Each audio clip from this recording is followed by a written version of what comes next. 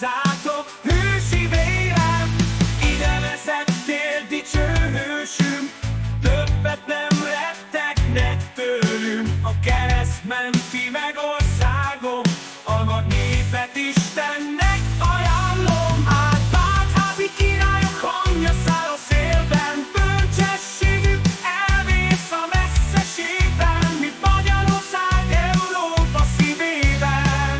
Jobb sorsunk mikor lesz, kérdem, az igazságot megtanultam.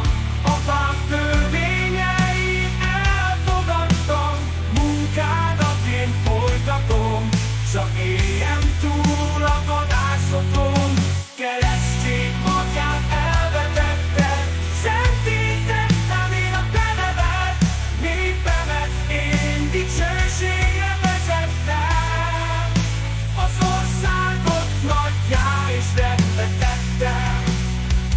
Ősi Bizáncban nevelkedtem, hittem én nem veszthettem, keres nyugat nem árthat, dicső évei a magyarságnak, híressé